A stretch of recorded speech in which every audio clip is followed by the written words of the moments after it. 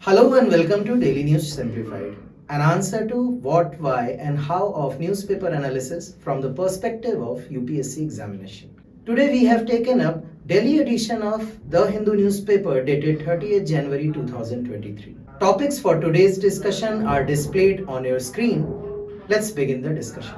Inspiration for our first discussion comes from this news which featured in The Hindu newspaper page number 1. News is about the recent finding of the AISHE data, that is, All India Survey on Higher Education for the year 2020 and 2021. The survey is conducted by the Union Ministry of Education. Findings of these reports are very crucial in relation to the policy making by the government in the field of education. Now, topic of education is very important from the perspective of UPSC examination. As you can see here, under the main theme of social justice in General Studies paper 2, issues related to health and education has been mentioned. So here in this discussion, we will be looking at the important points related to this survey. What are the key findings of this survey? Apart from this, higher education system plays an important role for the country's overall development, which includes industrial, social, and economic sector. So we will also look into the issues pertaining to higher education system in India. Along with that, we will also look into what are the solutions to address these challenges.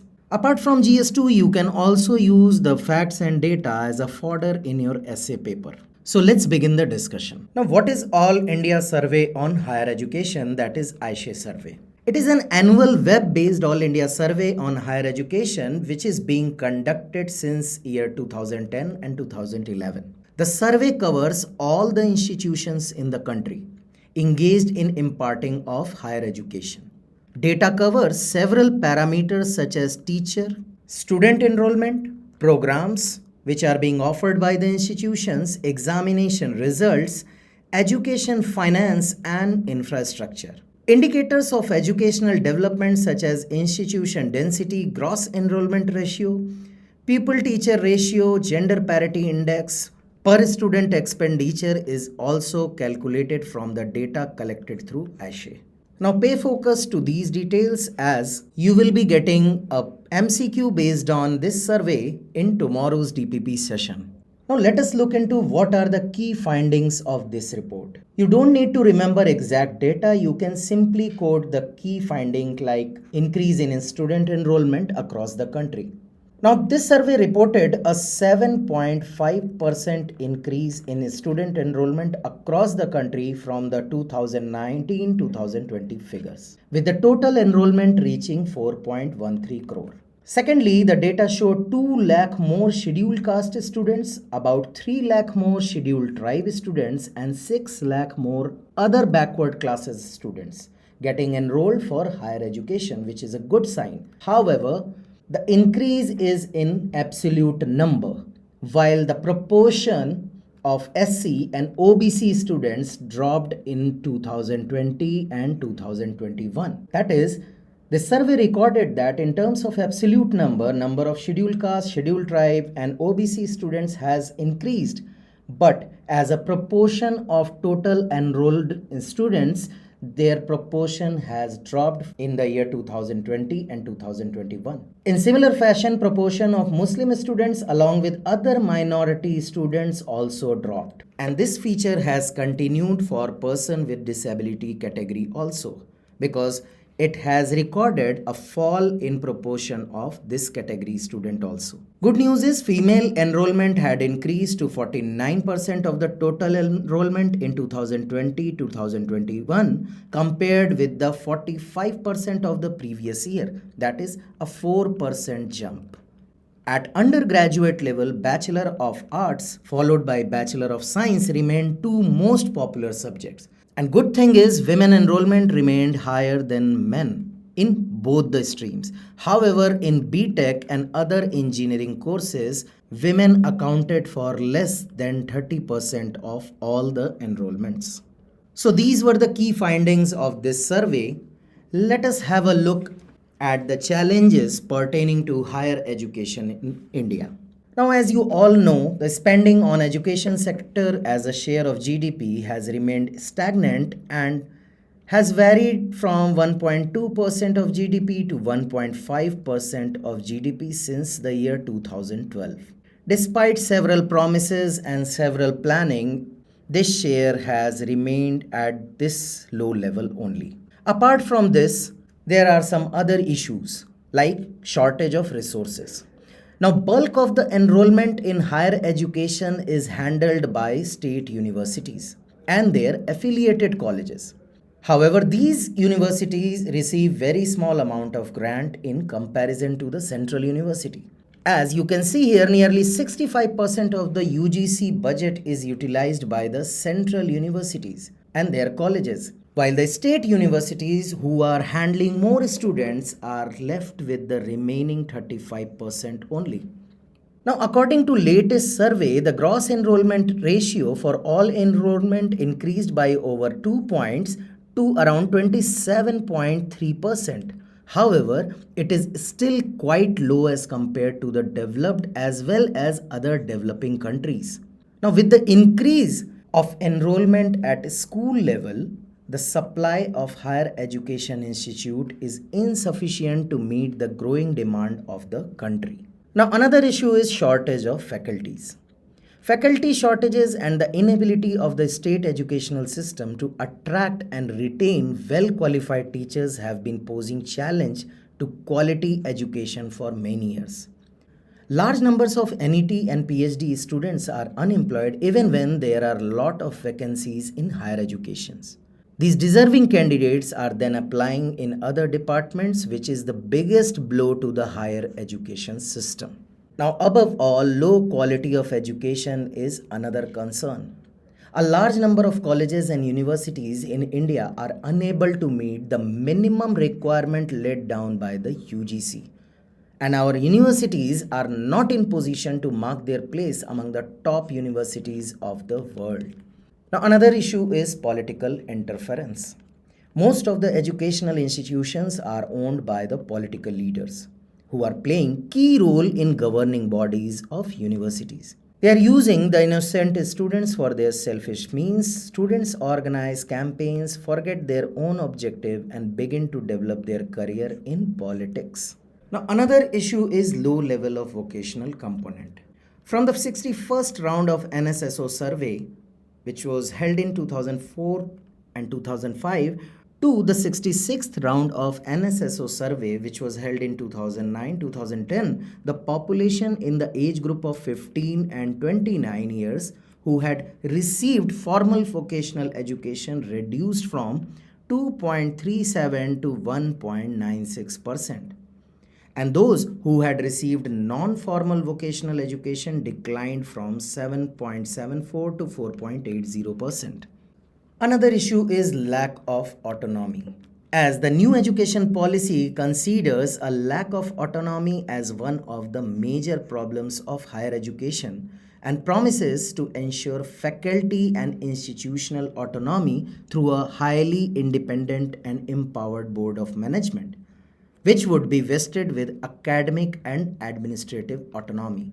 An NEP policy also admits that lack of autonomy is the biggest hurdle in the success story of Indian higher education. Now, poor infrastructure and facility is another issue, which is particularly visible in the institutes run by the public sector, which suffers from poor physical facilities and infrastructure. There is another issue of outdated curriculum, which is dominantly theoretical in nature and has a low scope for creativity. There is a wide gap between industrial requirements and universities' curriculum that is the main reason for the low employability of graduates in India. Now, another prominent challenge with higher education system in India is inadequate research. There are insufficient resources and facilities, as well as limited numbers of quality faculty to advise students. Most of the research scholars are without fellowship or not getting their fellowship on time, which directly or indirectly affects their research. Moreover, Indian higher education institutions are poorly connected to research centers and to the industries. So basically, those which are working toward research are mostly working in silos. So in order to address the challenges, following measures can be taken to resolve the issues. For low resources, the mobilization of funds in state universities should be explored through other means such as endowments, contribution from industries and alumni, etc. For teacher vacancies, the recruitment process should start well before a post is vacated. In addition, to make the profession of teaching more lucrative, faculty should be encouraged to undertake the consultancy projects and be provided financial support for startups.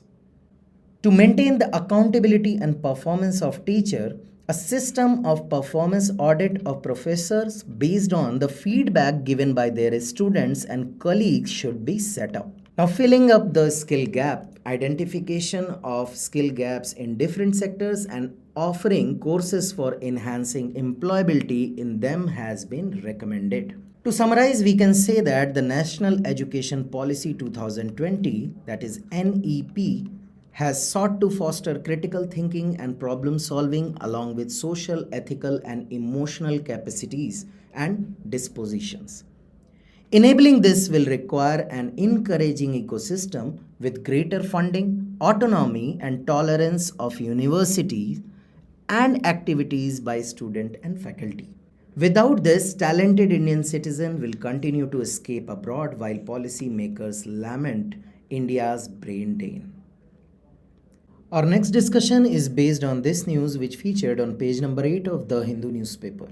Now, as you know, India has given notice to Pakistan for the modification of the 63-year-old Indus Water Treaty, owing to Pakistan's persistent objections regarding India's Kishan Ganga project, which is a tributary of River Jhelum, and Ratle hydropower project, which is based on the river Chenab. Now, if you can refer to UPSC 2021 preliminary examination, there was a question based on Indus River system. Now try to attempt this question and let us know your answer in the comment box given below. Apart from preliminary perspective, this topic is also important from the perspective of mains examination, as in GS paper 2, India and its neighborhood relation has been mentioned.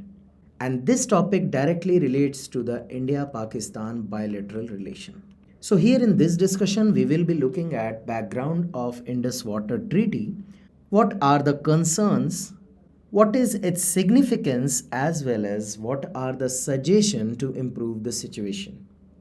Now, as we know, in 1947, along with the boundary, the line of partition also cut the Indus River system into two parts. Now, both sides were dependent on water from the Indus River basin to keep their irrigation infrastructure functional, and therefore equitable distribution was needed. In 1951, both the countries applied to the World Bank for the funding of their respective irrigation projects on Indus and its tributaries. Now, the World Bank offered to mediate the conflict.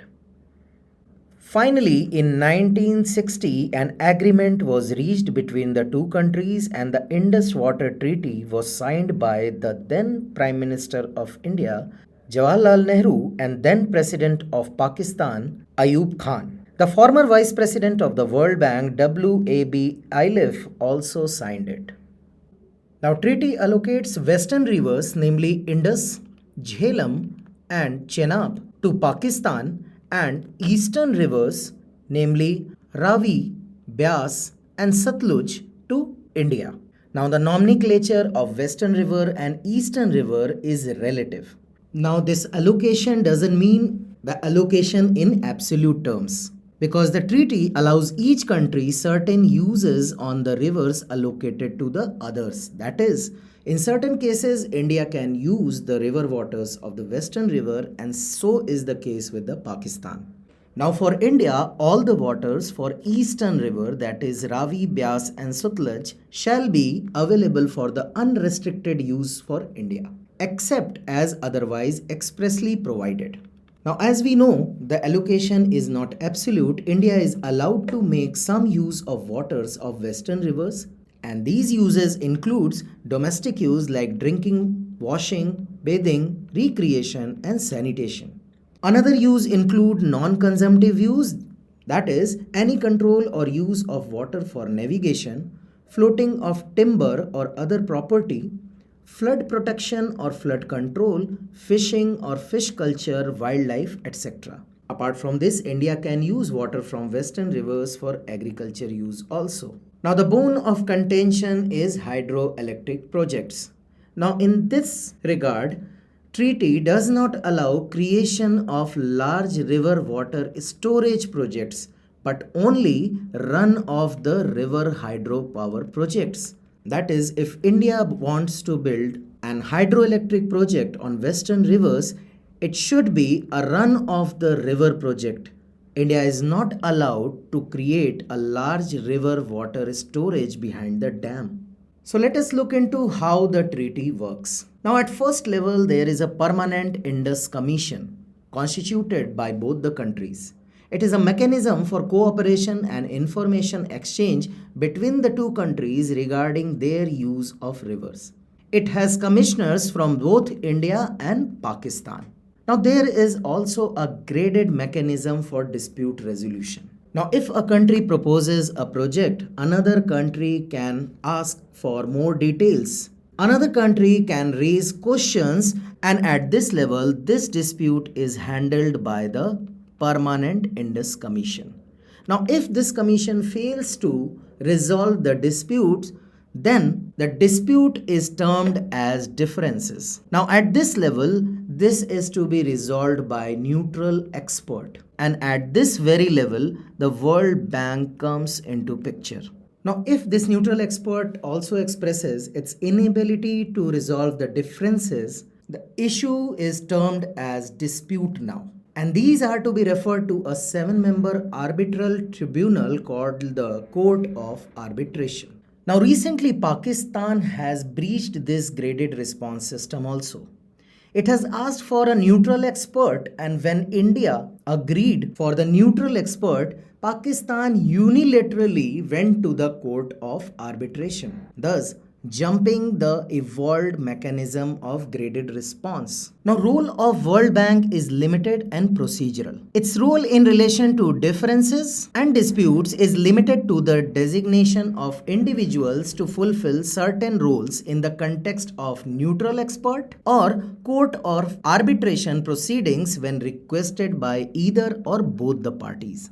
Now, having seen the basic facts related to this treaty, let us look at the significance of this treaty. Now, first is it clearly defines the right of the two countries. India has right over eastern rivers while Pakistan is having the same for the western rivers. This treaty creates mechanism for resolution of disputes and differences, and you have already seen it has a graded mechanism for resolution of disputes and differences through neutral experts and provision of setting up of court of arbitration. Now it also helps in avoiding tension between the two overshadowing the water sharing. Now, the foremost importance of this treaty is it sets a precedence of geopolitical tensions not overshadowing resource rights of the people. Now, as we all know, India and Pakistan have faced each other in 4 different wars. Still, this treaty has not been breached by either of them. So, such treaties can set an example for global conflict resolution. Now, there are several concerns related to the operation of this treaty. First is it prevents storage projects by India. Now, this treaty prevents India from building any storage system on western rivers. India is only allowed to make run-of river hydropower projects. And this storage system is point of objection in Kishanganga hydro project. Now, second point is varying interpretation. Now, the treaty is highly technical, leading to divergence between the two countries in terms of its interpretations. Then there is political mistrust too. India tries to make maximum use of breathing space provided by the treaty to build projects on western rivers. Pakistan, due to its suspicions toward India, keeps an extra keen eye on every technical aspect of the project and tries its absolute best to get it suspended. Now, another stakeholder in this dispute is people of Kashmir. Now, their views were not taken into account while finalizing the treaty. So they are in opposition of this treaty.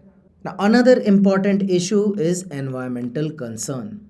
Pakistan has raised the concern about dams by India in fragile Himalayan ecology. Last but not the least, China is not a party despite various rivers of this river system originating in China. Now, apart from those concerns, there are some contemporary issues too.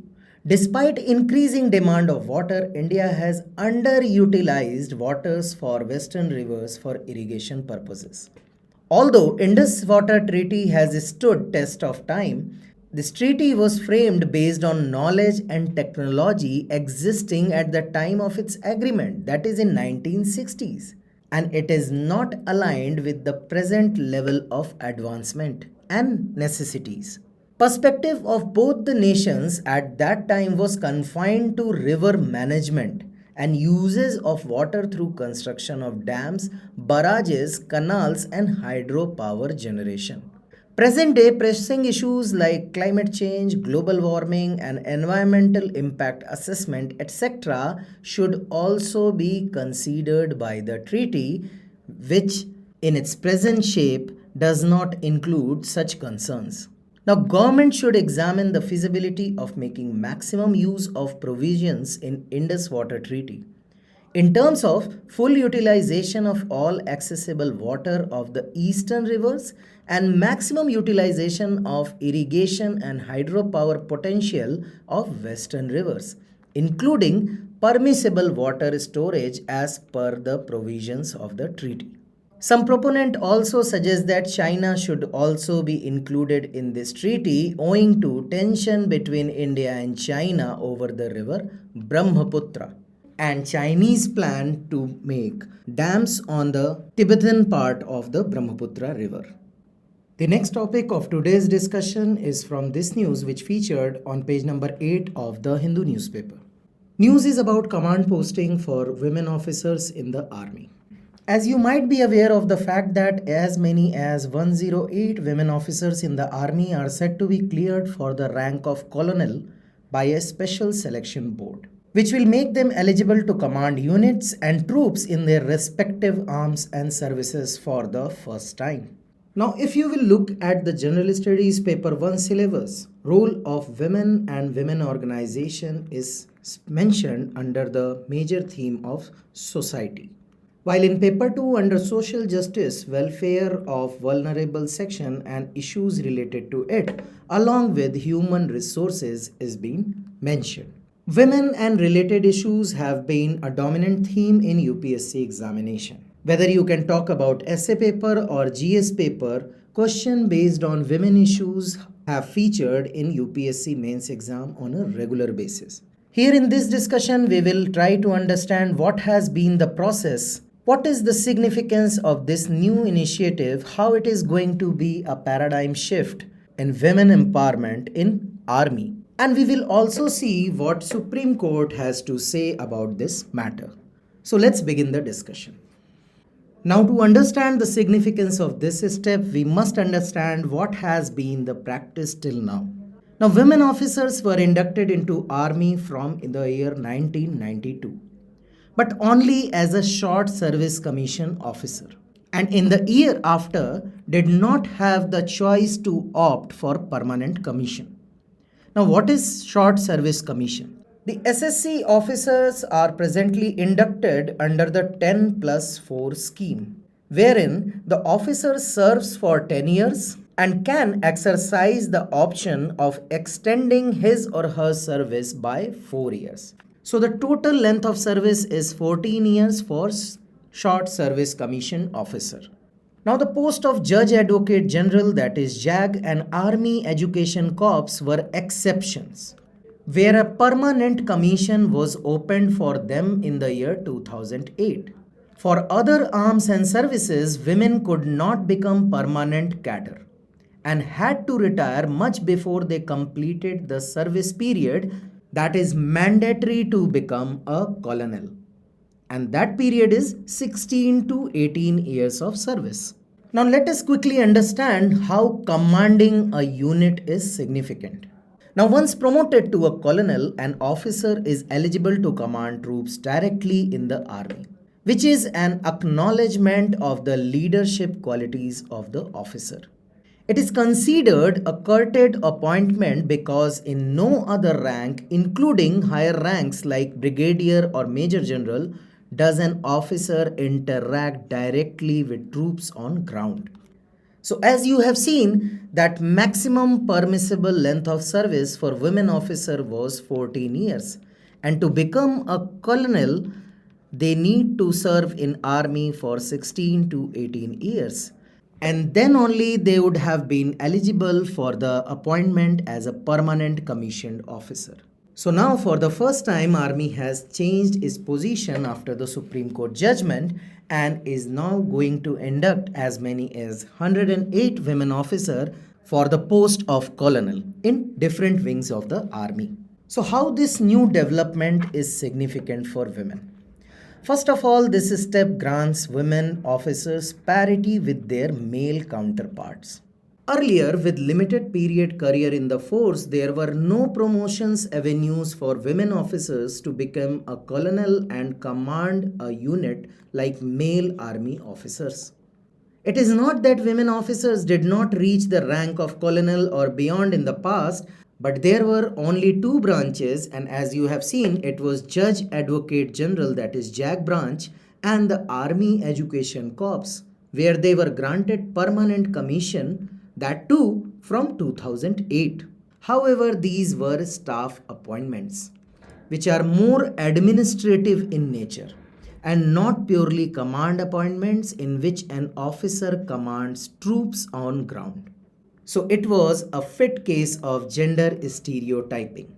Now the Supreme Court's order to grant permanent commission to women army officer in February 2020 opened the doors for promotion to women officers across all streams of the army except pure combat arms.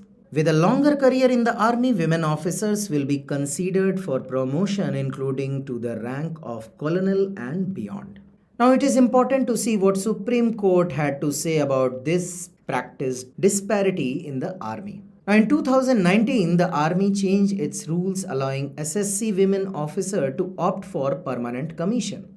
However, this was not retrospective. What does that mean? That is, it was applied only to the batches of women officers starting their career in the army in the year 2020.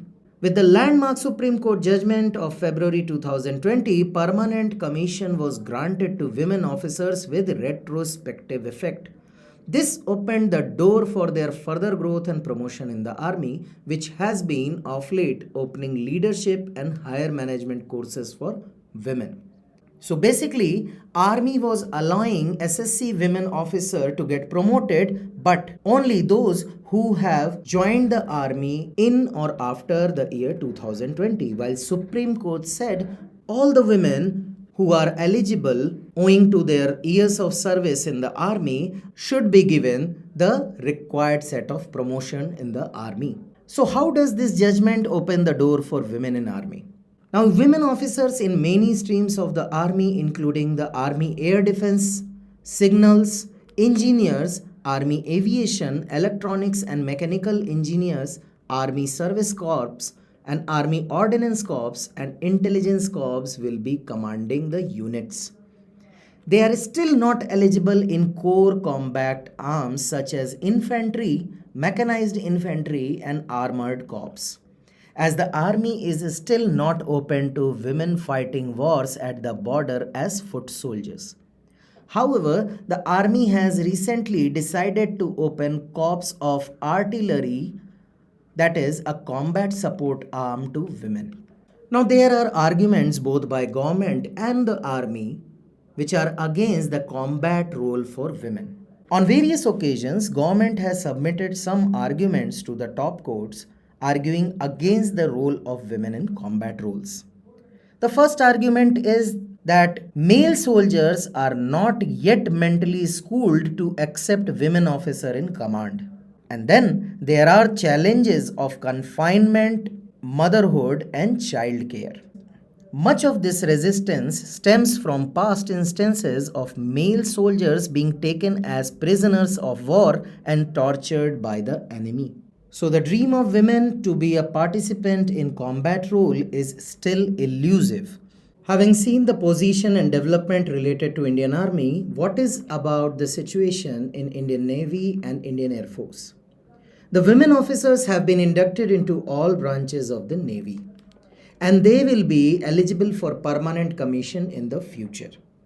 Women officers can command shore-based units, and as they join the service and become eligible for permanent commission, they would be able to command ships and air squadrons too.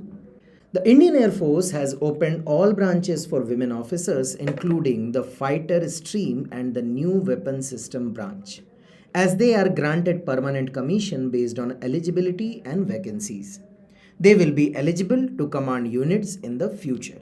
So the restriction on combat role is much related to Army, while Navy and Air Force are open for the combat role too. So let us look at the way forward, for which the comments made by Supreme Court is very important. As in its landmark judgment of 2020, the apex court had rejected all arguments, saying that they are based on sex stereotypes, premised on assumptions about socially ascribed roles of gender which discriminate against women. It has also said that it only shows the need to emphasize the need for change in mindset to bring about true equality in the army. So, in concurrence of this ruling, Indian Army is moving ahead in a right direction to give women officers parity vis-a-vis their male counterparts. This step is also in line with that of international practice, as all major countries including United States, United Kingdom, Russia and Israel allow women in command position of their national armed forces. So that's all for today's discussion. Stay tuned for more such updates.